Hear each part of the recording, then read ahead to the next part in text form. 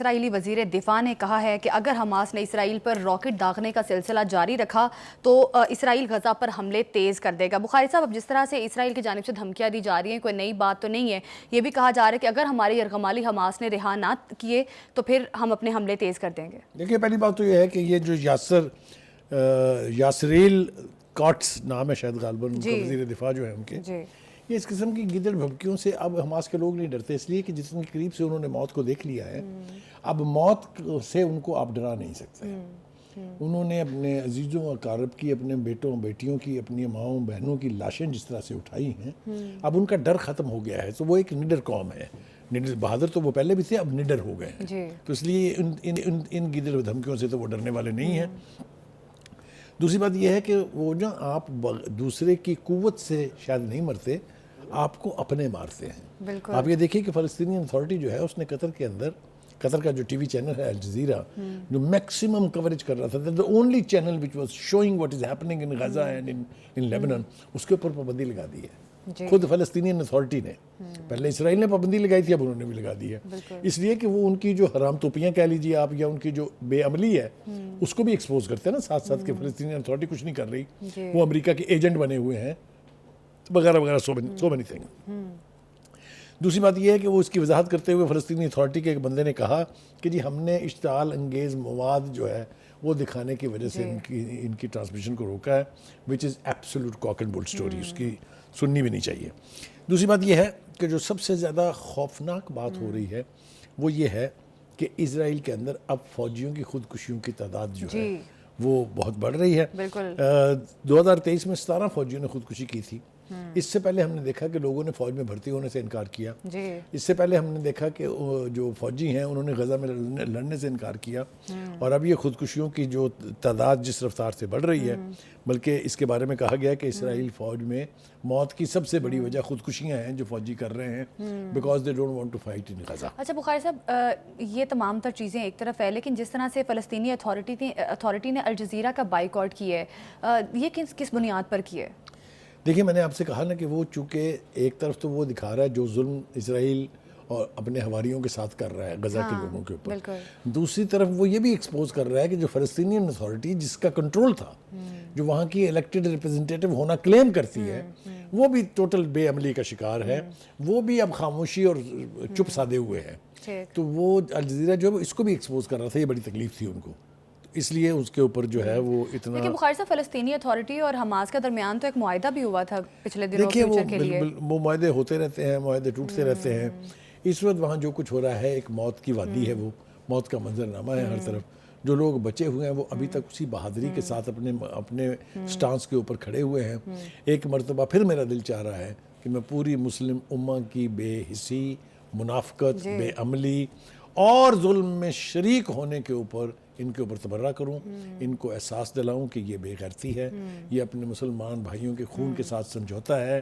یہ چاہے میری اپنی حکومت ہے، چاہے کوئی بھی اسلامی حکومت ہے جن کے پاس وسائل بھی ہیں، فوجی ہتھیار بھی ہیں۔ جس طرح سے دھمکیاں دے رہا ہے، اور اس سے پہلے بھی کئی اور ممالک کے ساتھ بھی انہوں نے یہی کچھ کیا، اور غزہ کے ساتھ، حماس کے ساتھ، یہ کچھ بھی نیا نہیں ہے۔ اب ایک طرف ان کے فوجی خودکشیاں کر رہے ہیں، ایک طرف ان کے جو وزیر دفاع ہیں انہوں نے بھی پارلیمنٹ سے استعفیٰ دے دیا ہے، تو اس کے باوجود نیتن اور یا اسرائیل جو ہے وہ کس کانفیڈنس کا مظاہرہ کر رہی ہے؟ دیکھیے، ان کو حمایت حاصل ہے ان سو کالڈ سپر پاورز کی اور یورپین کنٹریز کی، جو بہت بڑے مامے بنتے ہیں ہیومن رائٹس کے، جو بہت بڑے چیمپئنز بنتے ہیں اپنے ڈیموکریسی کے، انہوں سب نے آنکھیں بند کی ہوئی ہیں۔ پوری دنیا کی قوموں کا ضمیر تو جاگ گیا ہے، مگر لیڈرشپ جو ہے وہ بے غیرتی کی نیند سوئی ہوئی ہے۔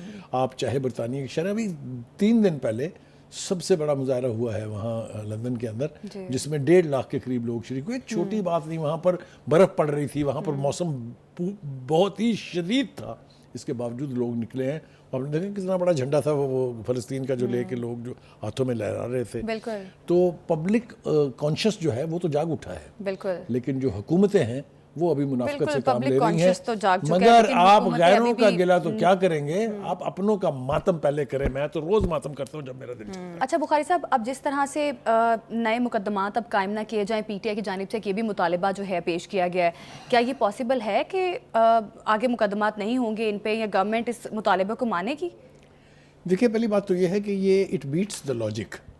یعنی آپ نے کل کو کیا جرم کرنا ہے اس کی آج میں گارنٹی کیسے دے سکتا ہوں کہ آپ کے خلاف مقدمہ درج نہیں ہوگا. آپ کل کو ایوان صدر میں داخل ہو جائیں کسی غلط نیت کے ساتھ, آپ پاکستان کے کسی اہم آئینی ادارے کے ہیڈ آفس پہ حملہ کر دیں, اور میں آپ کو گارنٹی دوں کہ نہیں اگر آپ ایسا کریں گے تو میں تو آپ کے خلاف پرچہ لیں. یہ ہوتا ہے logic, it beats the logic as I sad.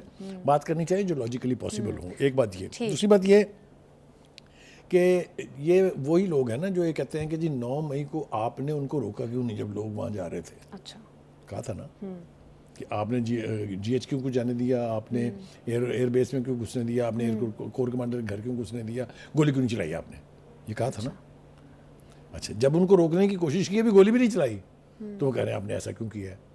ایک تو یہ دیکھیں نا, یہ بیک اینڈ فورتھ جو جاتے ہیں نا اپنی پوزیشن سے, تو اس سے عجیب و غریب قسم کی کیفیت جو ہے وہ پیدا ہوتی ہے. اس یہی حال ان کے مذاکرات میں علی امین گنڈا پور صاحب اور سلمان اکرم راجہ بھی بہت بولے. علی امین گنڈا پور صاحب نے کہا ہے کہ میں تو کھلی کتاب ہوں, میں بیک ڈور مذاکرات نہیں کرتا. تو ان پہ کیا کامنٹ کریں گے؟ تو ان سے اس وقت کسی نے پوچھا نہیں کہ یہ آپ 3 دفعہ جب آئے تھے اسلام آباد پہ چڑھائی کرنے کے لیے تو غائب کہاں ہو گئے تھے؟ یہ نہیں پوچھا کسی نے. جو کہتا ہے کہ میں کھلی کتاب ہوں, کھلی کتاب بالکل نہیں ہے. وہ بالکل ایک بند قسم کی بوتل ہیں. اچھا, جی ہاں, وہ تو بیان دینے میں تو ان کا خیر کوئی ثانی نہیں ہے, وہ جو مرضی کہتے رہتے ہیں. وہ کہتے ہیں کہ میں حکومت کا حصہ ہوں, گورنمنٹ کا حصہ ہوں, اور مجھے بھی لا اینڈ آرڈر کی فکر ہے. آپ نے دیکھ لی نا لا اینڈ آرڈر کی جتنی فکر انہیں ہے جب وہ گئے تھے ڈی چوک کے اندر. سلمان اکرم راجہ صاحب نے بہرحال ڈھنگ کی بات کی ہے. وہ کہتے ہیں کہ بانی پی ٹی آئی کا حکم ہے کہ اپنے مطالبات سے پیچھے نہیں ہٹنا, اور مطالبات چونکہ اب 2 رہ گئے ہیں صرف, بانی پی ٹی آئی اور اسیران کی رہائی, اور دوسرا ہے جوڈیشل کمیشن. باقی سب مطالبات گئے. تو میں سمجھتا ہوں کہ یہ بہت بڑی ڈیولپمنٹ بھی ہے اور حکومت کی اچیومنٹ بھی ہے کہ وہ جو اتنا بڑا بیگ تھا مطالبات کا اس میں صرف 2 رہ گئے ہیں. اسی لیے میں نے کہا کہ بات چیت کے آگے بڑھنے کے امکانات ہیں. اچھا بخاری صاحب, جتنے بات چیت کے آگے بڑھنے کے امکانات ہیں اور یہ بھی پاسبلٹیز پیدا ہو رہی ہیں کہ شاید مذاکرات ناکام بھی ہو سکتے ہیں. پی ٹی آئی کہہ رہی ہے کہ اگر مذاکرات 30 جنوری تک کچھ نہیں ہوتا مذاکرات میں تو پھر سول نافرمانی کی تحریک چلائی جائے گی. سوشل میڈیا پر تو باقاعدہ طور پہ کیمپین جو ہے وہ شروع کر دی گئی ہے کہ گولی کا بدلہ بائیکاٹ ہے. میں آپ کو یقین دلاتا ہوں کہ وہ اس مطالبے سے پیچھے ہٹ جائیں گے. اچھا, ہاں, وہ میں نے یہ آپ کے سامنے اتنی بڑی کتاب رکھی میں نے کہ اتنا بنڈل تھا مطالبات کا, اس میں صرف 2 رہ گئے, باقی کہاں گئے؟ 8 فروری کا الیکشن کہاں گیا؟ ٹھیک ہے, 26ویں ترمیم کہاں گئی؟ And so many things. ٹھیک ہے, اسی طرح یہ گولی یہ جو صاحب ہے نا جو گولی کے لیے نہیں روٹی کے لیے پیسہ بھیجتا تھا, گولی کا بدلہ بائیکاٹ سے. پہلی بات تو یہ ہے کہ ابھی تک پوری لیڈرشپ یہ ثابت کرنے میں کامیاب نہیں ہوئی کہ 26 نومبر کو گولی چلی تھی ایک. ہلاکتیں جو سینکڑوں سے شروع ہو کے, وہ لطیف کھوسا صاحب جو ہیں وہ who acted like a joker at that time, saying کہ 278 لاشیں جو ہیں وہ مل گئی ہیں. ان کے جو والی وارث ہیں ان کو 1 کروڑ روپے کی کمپنسیشن بھی اناؤنس کر دی ہیں وغیرہ وغیرہ. تو کدھر ہیں وہ ابھی تک کچھ ثابت نہیں ہوا. اس لیے یہ بائیکاٹ اور یہ سول نافرمانی کی تحریک جو ہے یہ بھی اپنی موت مر جائے گی. میں آپ کو بتانے جا رہا ہوں یہ کوئی سول نافرمانی پہلے 1 دفعہ ٹرائی ہو چکی ہے. جب عروج تھا, جب جو بانی پی ٹی آئی کہتے تھے وہ حرف آخر تھا, تب نہیں کامیاب ہوئی تو اب کیا ہوگی. اور دوسری بات یہ ہے کہ جس کو آپ کامیاب کرنے کی کوشش کر رہے ہیں وہ ترسیلات زر تو 37% بڑھ گئی ہیں اس سال. ٹھیک ہے, تو اس پورے سال میں تو جیل میں ہی تھے نا بانی پی ٹی آئی, کہیں باہر تو نہیں تھے.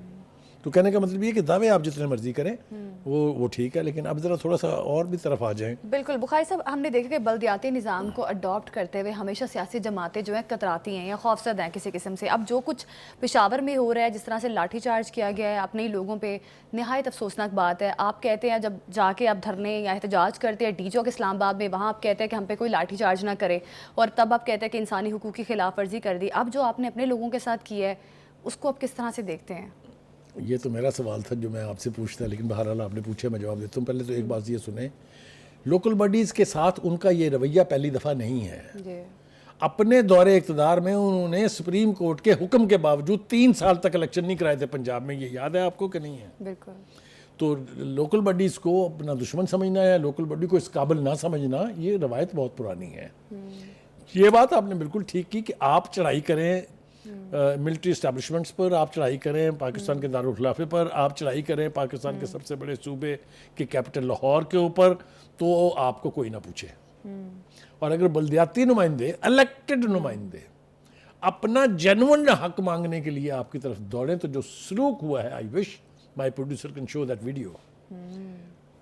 واٹر کینن وہاں استعمال ہوئے ہیں، آنسو گیس وہاں استعمال ہوئی ہے، لاٹھی چارج وہاں استعمال ہوا ہے. اس بری طرح سے ٹریٹ کیا گیا انہیں کہ میرے خیال سے ہر پی ٹی آئی کے اس شخص کو جو یہ دعویٰ کرتا ہے کہ سیاسی مظاہرے کے اوپر کسی قسم کا تشدد نہیں ہونا چاہیے، اس کو دیکھ کے ڈوب مرنا چاہیے. یہ وہ جو ابھی کہہ رہے تھے نا کہ میں پاکستان ہوں، میں پاکستان کی حکومت ہوں اور میں یہ ہوں، یہ گنڈا پور کے دور میں ہی ہو رہا ہے نا. پہلے ہی وہ نہیں نکلے تھے ابھی تک پارا چنار کے سانحے سے. وہ بھی بہت بڑی ریفلیکشن ہے آن دا گورنمنٹ آف کے پی کے، کیونکہ جو 18ویں ترمیم ہے اس کے تحت law and order is the fundamental responsibility of the provincial government. تو بخاری صاحب کیا ریڈ زون جا کے احتجاج کرنے کی اجازت ہونی چاہیے؟ تو یہ مجھے تو نہیں ہونی چاہیے، آپ کو ہونی چاہیے، چونکہ آپ کو تو عادت ہے، آپ نے تو گھسنا ہی جا کے ریڈ زون میں ہر دفعہ. تو یہ جو منافقت ہے نا، یہ نہیں ہونی چاہیے نا. بالکل بالکل. جو چیز آپ اپنے لیے ٹھیک سمجھتے ہیں اس کو دوسرے کے لیے بھی ٹھیک سمجھے نا. اور وہ کیا کہہ رہے تھے؟ وہ صرف یہ کہہ رہے تھے کہ جو ہمارا آئینی حق ہے کہ ہمیں فنڈز ملنے چاہیے، وہ آپ کیوں نہیں دے رہے؟ آپ مجھے بتائیں اس میں کون سی ایسی بات ہے جس کی وجہ سے اتنا تشدد کیا گیا ان کے اوپر؟ اور اب وہ کدھر ہیں جمہوریت کے مامے جو ہیں جو کہتے ہیں احتجاج جو ہے یہ انسان کا آئینی حق ہے، تو ان کا آئینی حق نہیں ہے. تو بخاری صاحب وجہ کیا ہے؟ کیوں حکومتیں بلدیاتی نظام کو مضبوط نہیں کرتی؟ یہ تو حکومت کا اپنا فائدہ ہے کہ بورڈ ڈیوائیڈ ہوگا اور زیادہ بہتر کام ہو سکے گا. یہ صحیح سوال ہے، صحیح سمت میں، اس لیے کہ آئین کے تحت اور صوبائی خود مختاری حاصل کرنے کے بعد آپ کو فنڈز جو ہیں جو آپ بجٹ میں الوکیٹ کرتے ہیں ڈیولپمنٹ فنڈ، وہ صوبائی حکومت صرف پوسٹ آفس ہے، اس کو وہ سارے فنڈز منتقل کر دینے چاہیے ٹو دا لوکل باڈی. اور یہ ان کو عادت نہیں ہے، صرف یہاں نہیں ہے، یہ پشاور میں نہیں ہے، یہ پنجاب میں بھی ہے، یہ سندھ میں بھی ہے، یہ بلوچستان میں بھی ہے. یہ بدلنا چاہیے، اس کو چینج کرنا چاہیے. لہٰذا اس کے لیے پروٹیسٹ کرنے والے، مطالبہ کرنے والے حق بجانب ہیں. لیکن ان کے ساتھ جس طریقے کا ٹریٹمنٹ ہوا ہے، میرے خیال سے آؤٹ رائٹلی اس کو کنڈیم کرنا چاہیے کہ وہ جو آزادی رائے، آزادی موومنٹ کی بات کرتے ہیں، انہوں نے خود کیا سلوک کیا ہے اپنے ہی لوگوں کے ساتھ. کوئی پنجاب سے نہیں گیا تھا، یاد رکھیے، یہ ان کے اپنے لوگ تھے جن کے ساتھ یہ سلوک ہوا ہے. اچھا بخاری صاحب، اب جس طرح سے انہوں نے یہ بھی مطالبہ کیا کہ لوکل گورنمنٹ ایکٹ پرانی حالت میں بحال کیا جائے، اب کیا لگ رہا ہے یہ جو احتجاج یا جس طرح سے کیا جا رہا ہے پشاور میں، اس کا کوئی حل بھی نکالیں گے علی امین گنڈا پور صاحب، یا پھر وفاقی حکومت سے مدد مانگیں گے کہ آکے ہمارے مسائل کا کوئی حل نکالیں؟ اگر ان کو اپنی کارروائیوں سے فرصت ملے گی تبھی تو وہ اپنے لوگوں کا کوئی مسئلہ حل کریں گے. میں نے آپ کو بتایا 116 لاشیں رکھ کے سڑک کے اوپر بیٹھے رہے لوگ 70 دن تک، کسی نے پلٹ کے نہیں دیکھا. اور جب پریشر بہت بڑا تو پتہ کیا کہا؟ یہ وفاقی حکومت نے کیوں نہیں کیا کچھ؟ بھائی پہلے آپ اپنی وضاحت تو دے لیں نا، پھر پوچھئے گا. وفاقی حکومت صرف اس وقت انٹرفیئر کرتی ہے جب آپ کی حکومت ریزولوشن کی صورت میں اسمبلی سے مطالبہ کرے. اس کے بغیر آپ براہ راست نہیں آ سکتے. بارڈرز کے اوپر فوجیں ضرور ہوتی ہیں، لیکن صوبے کے اندر امن و امان کا مسئلہ جو ہے یہ صوبائی حکومت کی ذمہ داری ہے. ہاں، آپ آن ڈیمانڈ ڈپلائی کر سکتے ہیں رینجرز کو بھی، ایف سی کو بھی، آرمی کو بھی، انڈر آرٹیکل 245. بالکل، جو کچھ پشاور میں ہوا ہے اسے ہر صوبے کو دیکھ کر سیکھنا چاہیے، کیونکہ بلدیاتی نظام کو مضبوط کرنا بہت ضروری ہے.